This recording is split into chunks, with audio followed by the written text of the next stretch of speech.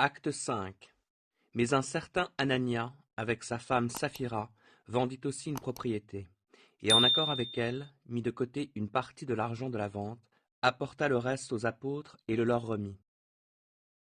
Pierre lui dit, Anania, comment as-tu pu laisser Satan envahir à tel point ton cœur? Tu as menti au Saint-Esprit en cachant le prix réel de ton champ pour en détourner une partie à ton profit.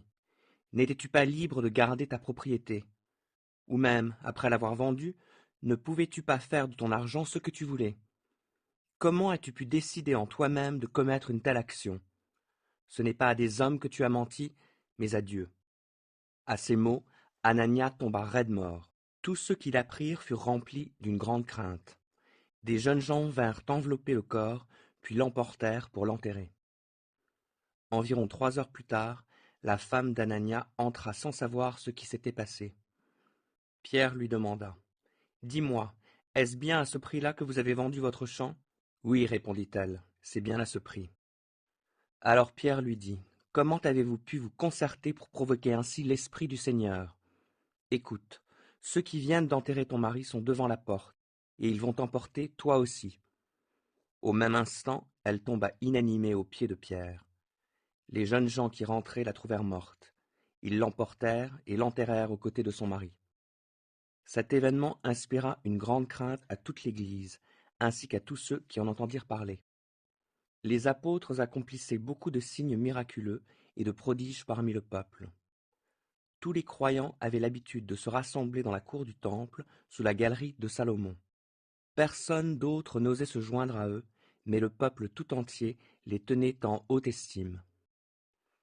Un nombre toujours croissant d'hommes et de femmes croyaient au Seigneur et se joignaient à eux. On allait jusqu'à porter les malades dans les rues, où on les déposait sur des lits ou des civières, pour qu'au passage de Pierre, son ombre, au moins, couvre l'un d'eux. Des villes voisines même, les gens accouraient en foule à Jérusalem pour amener des malades et des personnes tourmentées par de mauvais esprits. Et tous étaient guéris.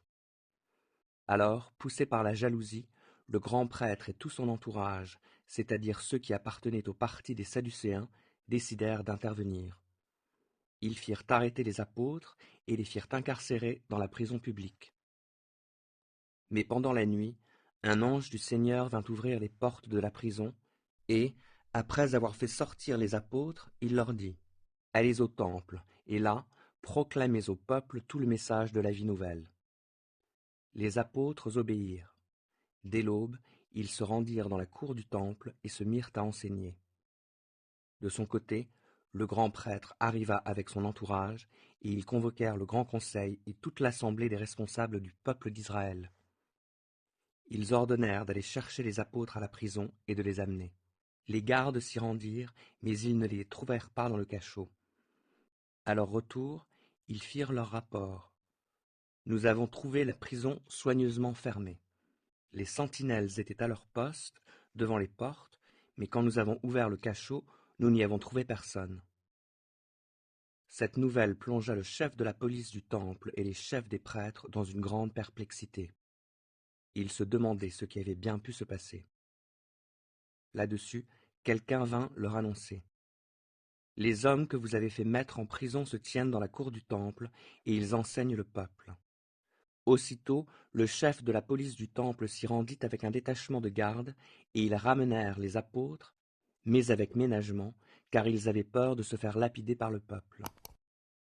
Après les avoir ramenés, ils les introduisirent dans la salle du grand conseil. Le grand prêtre leur dit, « Nous vous avions formellement interdit d'enseigner au nom de cet homme. Et voilà que vous avez rempli Jérusalem de votre enseignement.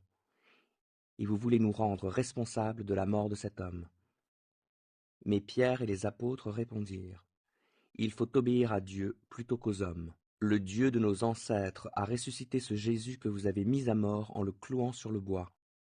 Et c'est lui que Dieu a élevé pour siéger à sa droite, comme chef suprême et sauveur, pour accorder à Israël la grâce de changer et de recevoir le pardon de ses péchés.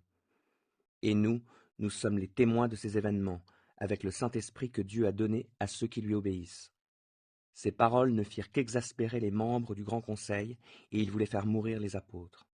Mais l'un d'entre eux, un pharisien nommé Gamaliel, se leva pour donner son avis.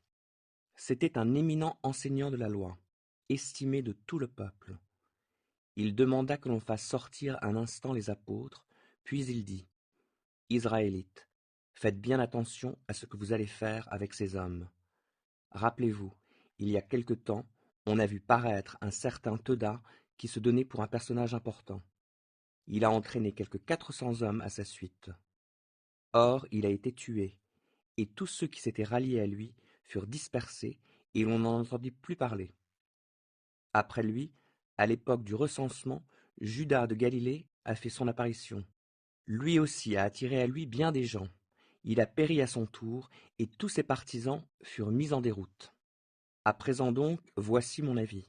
Ne vous occupez plus de ces hommes, et laissez-les partir.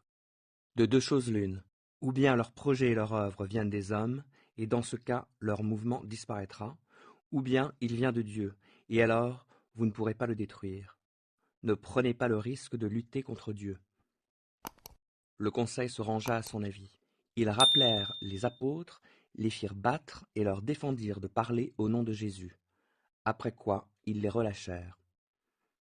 Les apôtres quittèrent la salle du conseil tout joyeux de ce que Dieu les ait jugés dignes de souffrir l'humiliation pour Jésus. Et chaque jour, dans la cour du temple ou dans les maisons particulières, ils continuaient à enseigner et à annoncer le Messie, Jésus.